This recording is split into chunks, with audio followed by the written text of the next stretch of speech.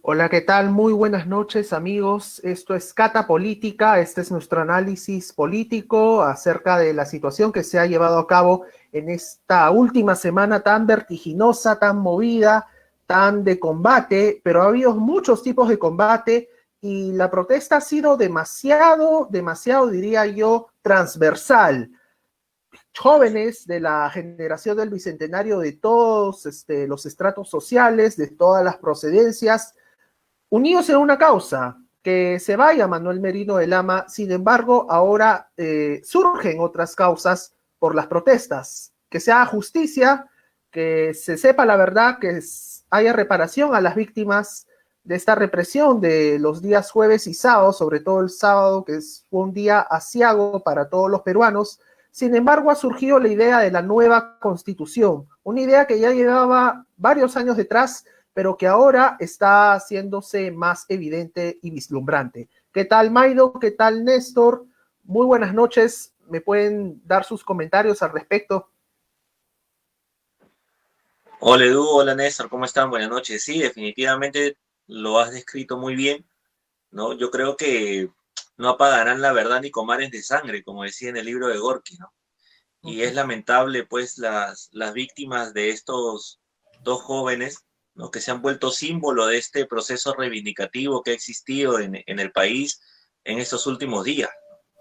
Como tú bien mencionas, el tema de la Asamblea Constituyente ya está sobre la mesa, está puesto sobre la mesa y urge un debate, ¿no?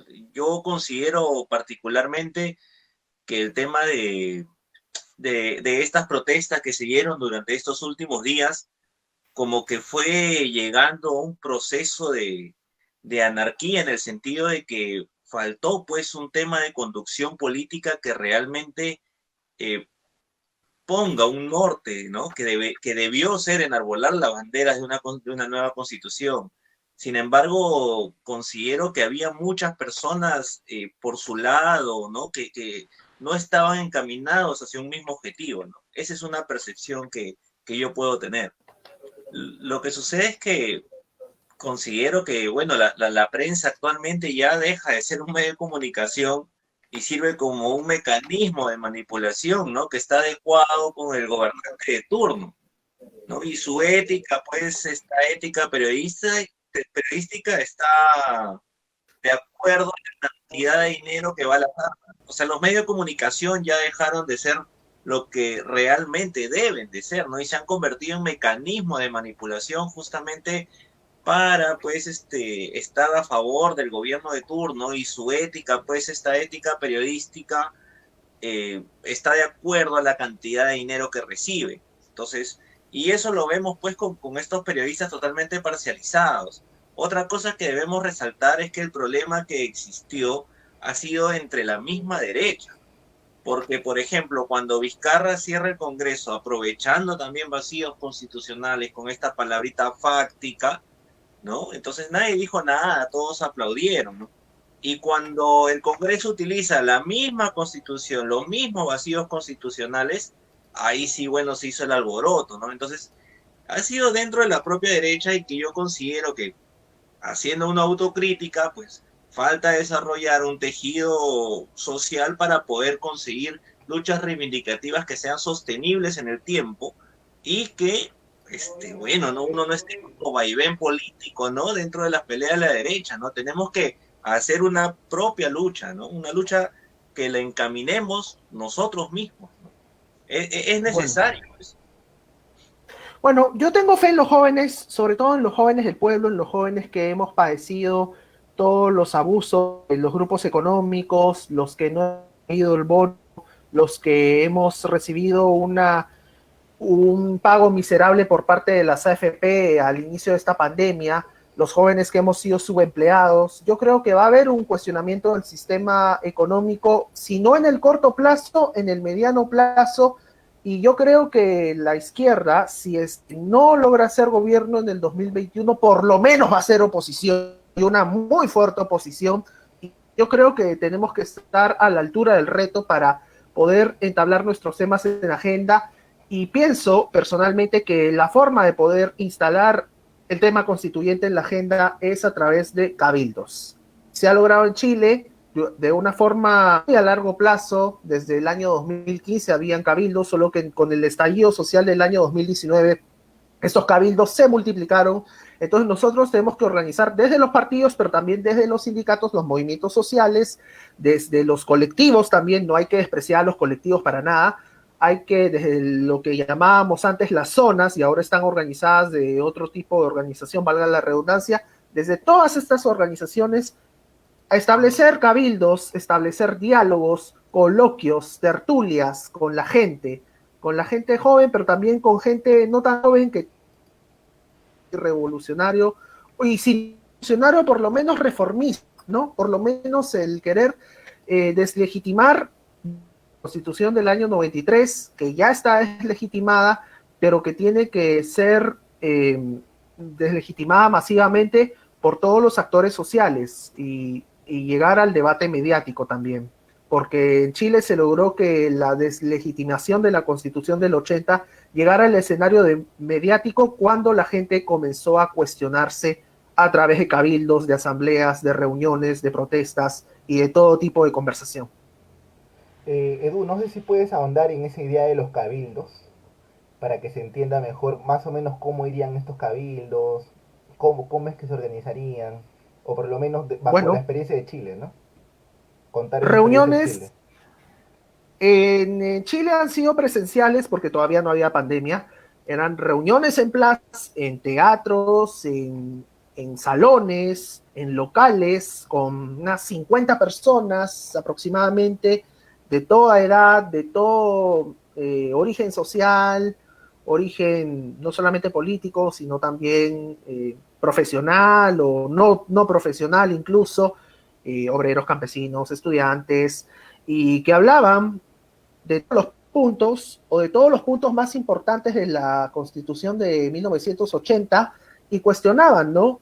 El rol subsidiario del Estado, el tema de los contratos ley, el tema de la independencia o no del Banco Central de Reserva, y todos los temas que han permitido que se privatice, en el caso chileno, hasta el agua, ¿no? Acá no se ha privatizado Sedapal, menos mal, pero hubo un intento por parte de Fujimori a finales de los años 90.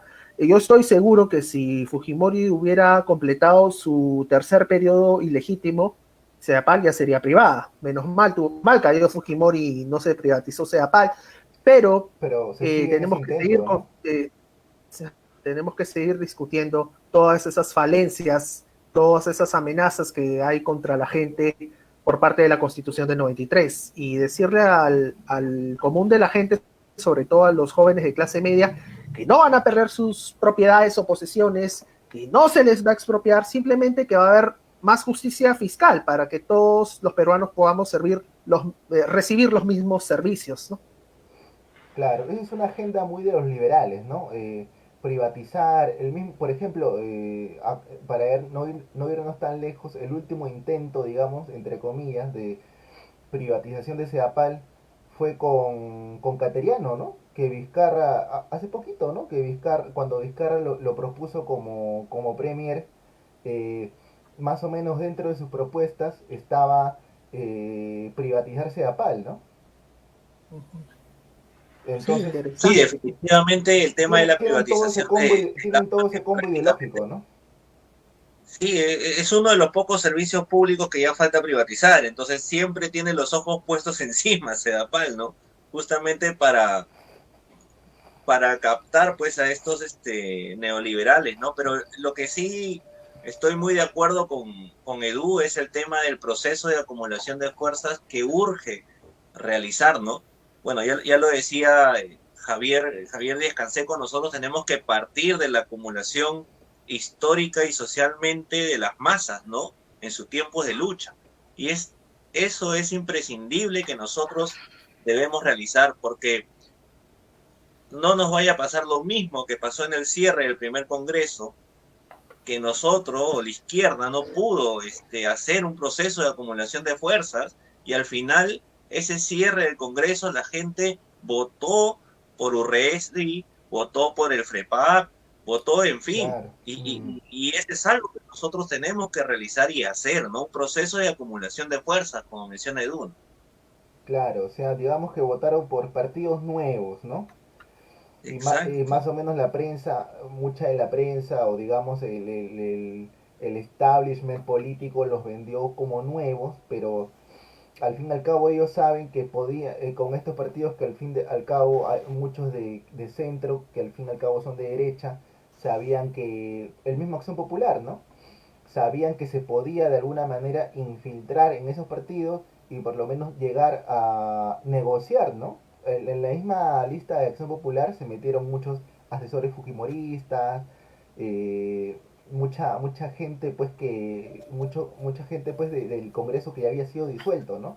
Y digamos que eso no se en la prensa por lo menos no salió, simplemente se siguió con el relato de estos partidos como que son de centro, ¿no? Como que son caras nuevas y no se fue nunca o no se quiere ir, pues, ¿no? Nunca a lo profundo, ¿no?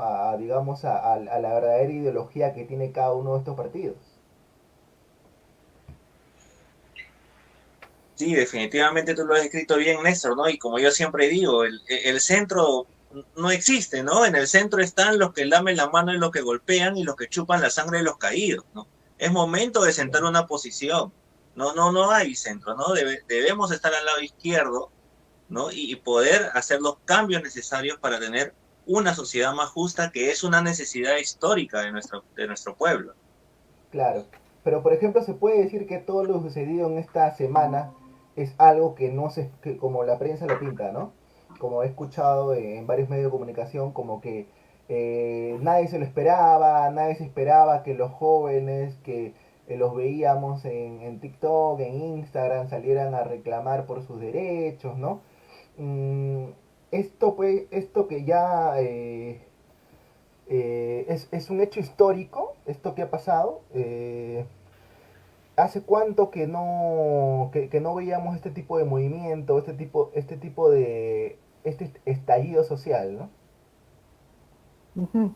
Claro, no, no es un estallido social a comparación del de Chile porque no ha llegado ese tipo de violencia que hubo en las protestas, no hubo, digamos, quema de propiedades, no hubo movilizaciones con millones de personas, acá hubo miles de personas. Sin embargo, estas movilizaciones sí son históricas, sí importantes, y creo que hay que ir paso a paso, nuestro objetivo final constituyente, pero hay que ir adaptándonos a lo que quiere la generación del Bicentenario. Por el momento, el objetivo inmediato es el tema de la inmunidad parlamentaria, que se elimine la inmunidad parlamentaria, que no haya congresistas con procesos pendientes, y bueno, los hay lamentablemente, pero que enfrenten todos sus procesos y que pierdan su unidad, que vayan a la fiscalía a ser investigados, que se sometan a las investigaciones y si son encontrados culpables, que es lo más probable, que sean destituidos, que sean desaforados.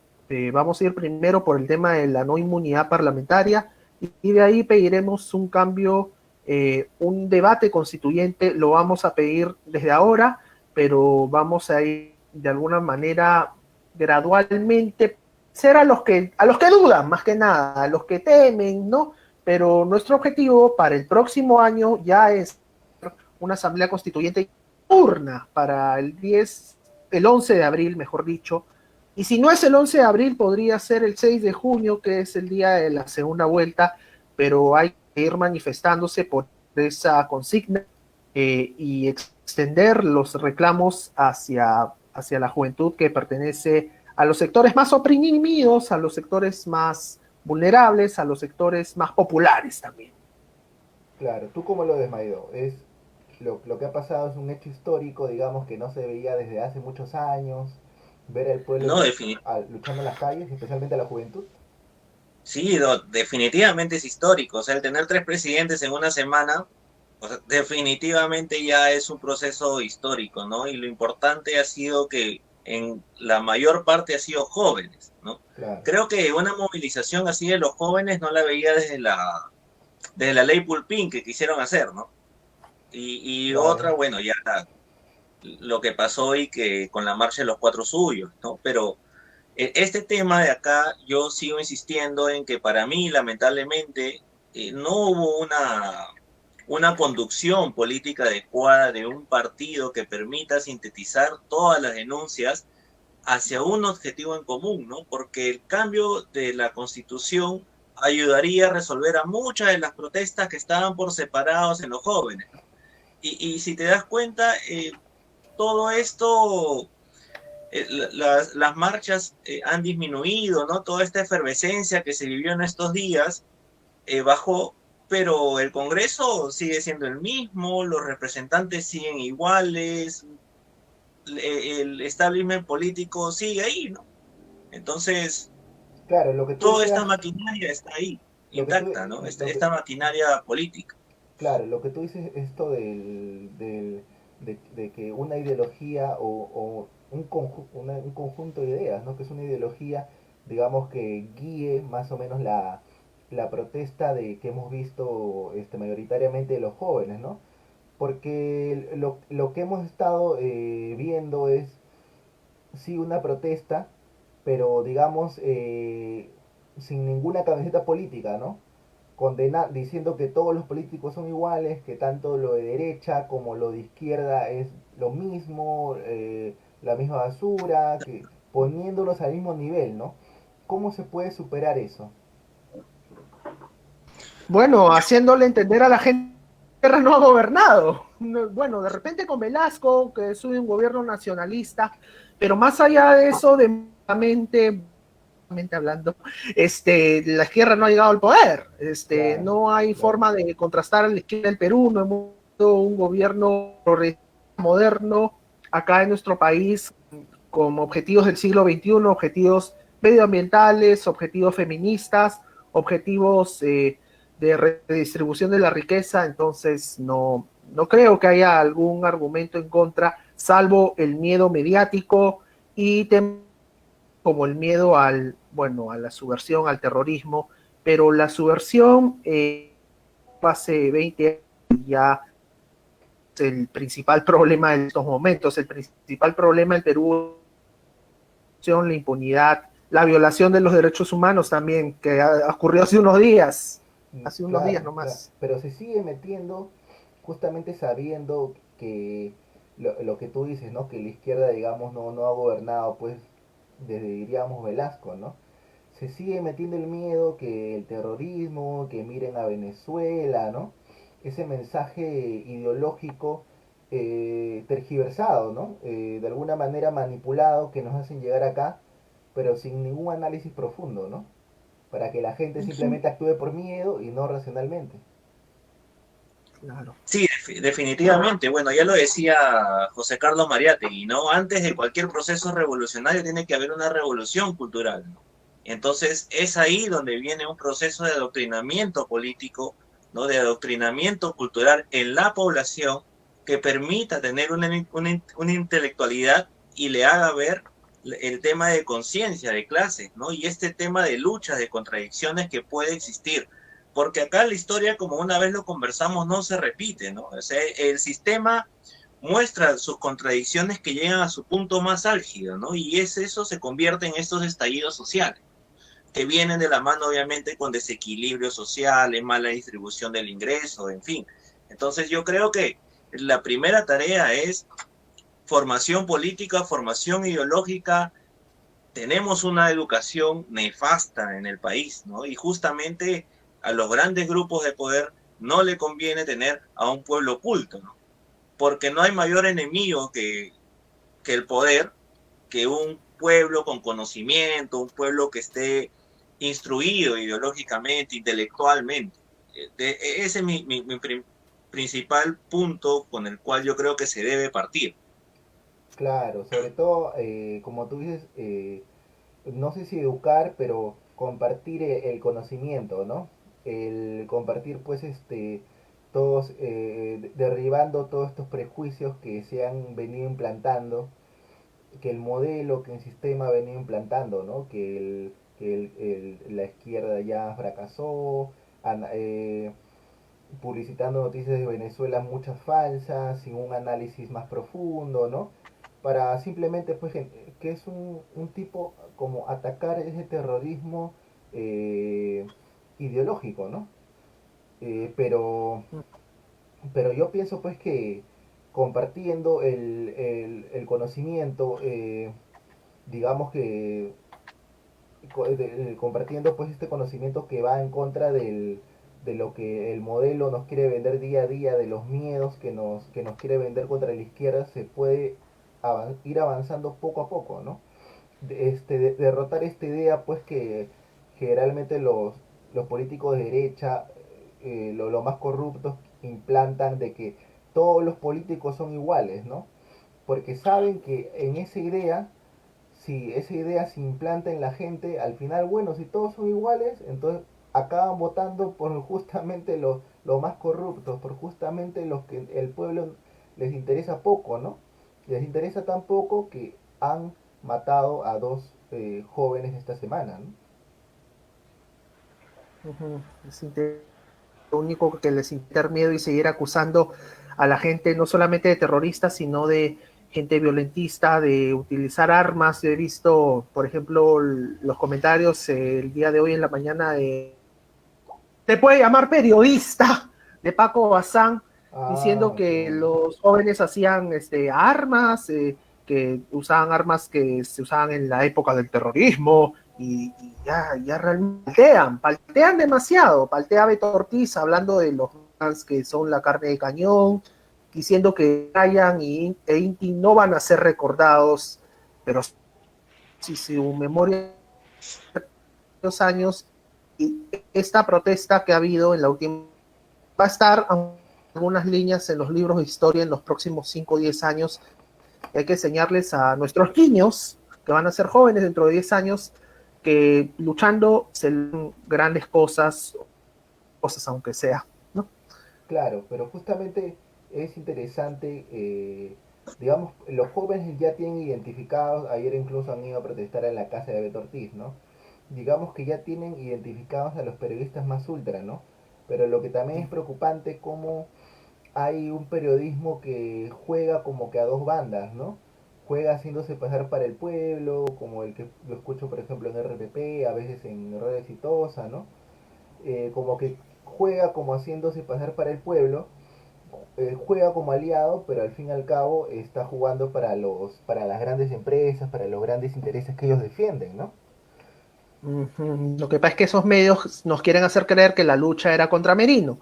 Merino ya cayó y dijeron ya, no hay nada que hacer, se acabó, no tenemos nada por qué luchar, ya Claro, todo está solucionado, ajá, el sistema sacrosanto va a seguir. Entonces, si sigues protestando, eres un violentista, eres un rojo aprovechado que quiere instalar claro. ideas Ujú. chavistas en la gente. Entonces, ya sabemos cómo No, actúan. digamos que la lucha fue contra la ignorancia, que Merino no sabían hablar, no tenía tenía creo que había llegado hasta quinta secundaria nomás, y bueno, que ya Ujú. hemos dado un gran avance, Claro, ahora que hay un presidente que, oh, mira cuántos estudios tiene, ha estudiado acá, ha estudiado por allá, ha trabajado fuera del ha Perú, escrito ha libros, escrito recita libros, ¿no? Recita poemas. poemas, se los sabe Vallejo de memoria, y entonces pues la prensa juega mañosamente a eso para que al fin y al cabo las siguientes elecciones votemos por una derecha que pues viene con otros ropajes, pero que al fin y al cabo sigue siendo lo mismo. Y que llegadas las circunstancias, esa derecha, que ahora por ejemplo está el Partido Morado, ¿no? Que esa derecha que se hace pasar por una derecha suave, no, ni siquiera derecha, ¿no? Por un partido de centro, ¿no? Suave, que quiere Claro, gay instaurar, friendly, friendly claro, también a veces con el aborto, a veces, ajá, ¿no? ajá, pero una, derecha al fin y al cabo, que llegado el momento y con y con digamos las circunstancias debidas, va a tornar pues a la derecha más bruta y achorada, ¿no? Porque al fin y al cabo la derecha Claro, juega eso, porque, llega a eso. porque Claro, fachos y liberales al final se se van a unir. corriendo como en un incendio, ¿no? Siguiendo a su líder de repente, ¿no? O Claro, sea, es claro, probable. Entonces, yo claro, creo que claro, los pergaminos, si bien es cierto, son importantes, pero no es suficiente, ¿no? Y gran ejemplo de eso fue PPK. Su claro, nefasto manejo político, o sea, lo llevó a renunciar de una forma vergonzosa, ¿no? Desde mi Claro, punto de vista. Entonces, tú has eso dicho un no es ejemplo. suficiente, ¿no?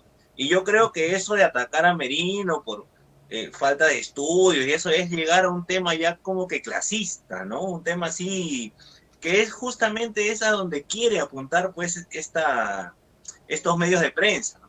Que considero que ya también han sido identificados por los propios jóvenes, así como la clase política, creo yo, ¿no? No, espero no equivocar en ese punto. No, sí.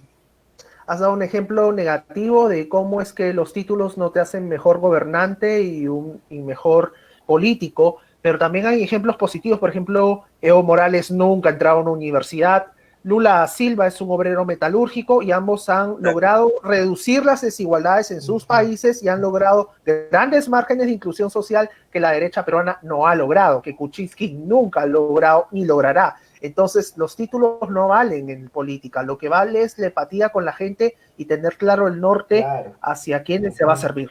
Claro, lo que se tiene que evaluar, y digamos que la prensa no lo dice, ¿no? Por eso justamente resalta los títulos, ¿no? Para no llegar al fin y al cabo a la disyuntiva que uno como elector se tiene que preguntar, ¿este político para quién está jugando? ¿Para los grandes intereses, para las grandes empresas, ¿no? Para, digamos, el establishment político, el sistema, o realmente está jugando para el pueblo, ¿no? Para la gente. Claro. Y no es una Bueno, diferencia pues menor, pues, ¿no? bueno, Bueno, pero por creo que ejemplo, hemos... sí, por ejemplo, me interesa saber la opinión que tienen ustedes respecto de los jóvenes, ¿no? Por ejemplo, de los jóvenes que han salido a protestar y que con esta coyuntura han estado más atentos a la política. ¿Ustedes creen que salgan nuevos valores de la política o quizá un nuevo partido político? No sé, ¿qué tanto creen que esto se convierta en una política más militante, más de organización? Bueno, me alegra mucho que haya una preocupación por los derechos humanos, por el tema de la tortura, de los abusos sexuales que ha habido contra algunas manifestantes también, de los asesinatos a Inti Bryan, de los heridos, el tema de pedir por los desaparecidos, de pedir por el paradero de quienes no aparecían hasta el día de ayer, de hacer donaciones, ¿no? Por Yape, por Luquita, por varias plataformas, ¿no? Para que los heridos se recuperen. Hay más empatía, hay, digamos, más solidaridad en el tema de los derechos humanos y personales, pero tenemos que extender esa solidaridad en los derechos sociales, en el derecho a la educación, a la salud, a la vivienda, a las pensiones. Esos 4 ejes son fundamentales y tenemos que trascender de los derechos personales a la vida, a la dignidad humana, al no ser asesinados y torturados por nuestras ideas y nuestros pensamientos, extenderlo hacia otros ámbitos de la vida y de la política para que la gente ya por fin tenga conciencia de, ni siquiera de clase, sino de la dignidad y del servicio del Estado. Y el servicio del Estado hacia que esa dignidad se vuelva costumbre, como dice esa famosa frase, ¿no? ¿Tú cómo lo ves? Sí, definitivamente. Bueno, como ya lo decía González Prada, ¿no? Los viejos a la tumba, los jóvenes a la obra, ¿no? Ya hemos visto su punto de desgaste de esta vieja clase política y es necesario nuevos valores, ¿no? Definitivamente, y los jóvenes han mostrado su capacidad de organización, su capacidad de lucha por lo que ellos piensan, lo que ellos creen, ¿no?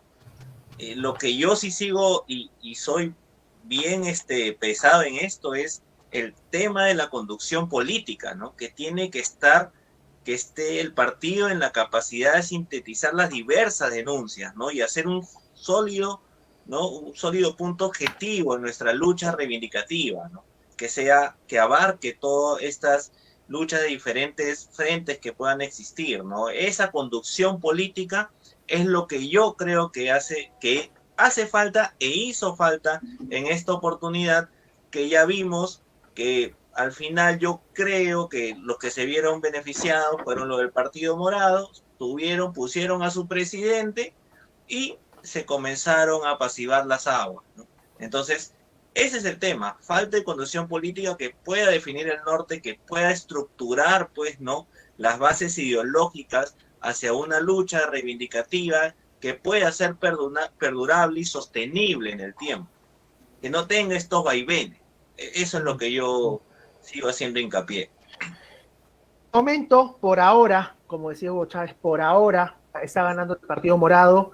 Por ahora es que los militantes o votantes, en realidad simpatizantes de Forsyth, ya se dieron cuenta que Forsyth no sirve y no ha estado a la altura de las circunstancias y se están yendo con Julio Guzmán. Pero cuando se instale el debate constituyente, ahí quizá Verónica Mendoza pueda tener la oportunidad de subir alguna aceptación en las encuestas, y tiene apoyos no solamente políticos, sino también políticos.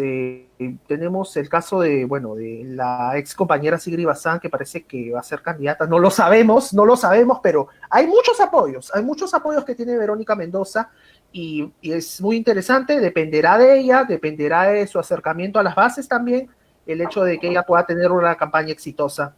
Y vamos a ver cómo es que ella maneja la agenda, cómo maneja los temas que van a instalarse en la campaña. Bueno, creo que ya como dentro más o menos de los puntos finales, ¿no? ¿Cómo ven esto, más o menos temas sueltos, ¿no? El hecho de que, digamos, que los jóvenes hayan visto pues la represión de la policía, ¿cómo creen que le han ido perdiendo miedo, ¿no? A la policía, digamos, que muchas veces actúa de la guardaespaldas de la derecha, ¿no? Que nos gobierna. ¿Cómo ven que puede evolucionar esta pérdida de miedo a esta represión policial, esta pérdida de respeto, ¿no? No sé, otra cosa que se me viene a la mente, cómo, digamos, ya la gran prensa cubrió ya cuando las cosas estaban muy desbordadas, ¿no? Cuando ya no informar ya hubiera sido muy rochoso, ¿no? Entonces, pero hubieron medios, digamos, pequeños, pero que informaban desde los lugares de protesta, digamos que minuto a minuto, ¿no? ¿Cómo ven el papel de esta prensa, digamos, contrahegemónica, la pérdida de respeto a una figura policial represiva, ¿no?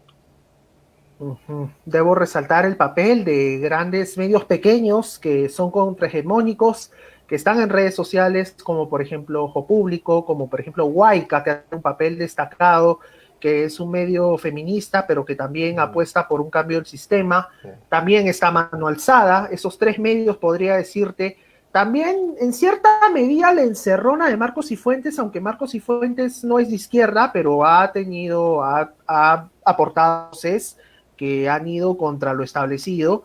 Entonces trata de dar pluralidad a ciertos puntos de vista, pero sí ha sido importante. Esperemos que más medios se sumen a esta batalla constituyente, ¿no? Y que sepan que ya es tiempo de refundar el Perú, ¿no? Por una cuestión de esencia, no de etiquetas políticas. Yo quisiera agregar que, bueno, parte de este clima, pues, de reivindicación de derechos, justamente de todas maneras iba a haber un proceso de confrontación, ¿no? El poder no lo van a soltar fácilmente, o sea, eso es innegable. Pero lo que sí debería comenzar a ver es que los responsables políticos asuman las muertes debido a la represión. Es algo que los políticos se lavan las manos y se van tranquilos, ¿no? Tiene que haber un proceso que condene a estos políticos que fueron los que permitieron este proceso represivo, ¿no? Acordémonos del Baguaz. Claro. ¿Algún caso, algún político fue sentenciado o fue condenado por las muertes? No, Ninguno, por eso mismo Antero ninguno. volvió a hacer lo mismo que hizo cuando fue ministro de Defensa con García, ¿no? Respecto al Exacto, Baguaz, porque no se hizo nada, ahora gracias a eso, ahora volvió a repetir el plato y nuevamente generando muertes, ¿no? exacto. Se lavan la cara y vuelven a salir a la palestra política nuevamente.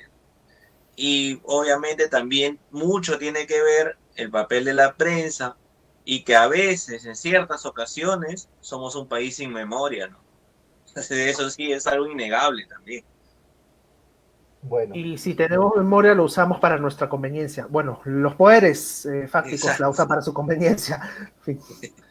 claro, claro. Bueno, entonces, más o menos como análisis y queda pendiente para un siguiente video, es que una de las soluciones que podemos dar a esta crisis es proponer una asamblea constituyente con una nueva constitución, ¿no? Que verdaderamente represente a la gente, al pueblo, y no como la salida de la dictadura de Fujimori, ¿no? Que fue, que digamos que sirvió para establecer un gran estado neoliberal. Claro. Sí, bueno. Ya. Bueno, este ha sido un, digamos, un primer análisis, un primer acercamiento a toda esta coyuntura que ha venido pasando. Da para más, da como para analizar lo de la constituyente, una nueva constitución, ¿no? Explicar qué es lo qué beneficios traería una nueva constitución para reformar este modelo, porque he visto en medios, ¿no? Redes sociales, como que criticando, pero una nueva constitución no se ganaría nada, que es simplemente un papel, ¿no? Ujú. Pero no, o sea, como izquierda tenemos, en esta coyuntura tenemos esa bandera, ¿no? De una nueva constitución, una asamblea constituyente y formular una nueva constitución. Bueno, Ujú. el análisis de eso queda para un próximo video y creo que, bueno, da para largo, ¿no? Da para largo. Así que, Nos dejas con bueno, la gana de seguir hablando sobre la claro, Constitución. Sí, claro, claro. claro, claro. Bueno, Y democratizar la constituyente sobre todo. Gracias, Néstor, gracias, ya, gracias Maido, compañero. gracias a todos los que nos Gracias. han estado viendo. Suscríbanse a nuestra página de las Juventudes Socialistas, denos like, compartan y comenten este video y difúndanlo entre sus amigos, conocidos, compañeros, no tan amigos, para que puedan debatir, para que puedan conocer nuestras perspectivas y abrir su mente y abrirse al debate. Gracias. Muy buenas noches con todos. A ver si Buenas nos todos, noches. chao, compas. Chao.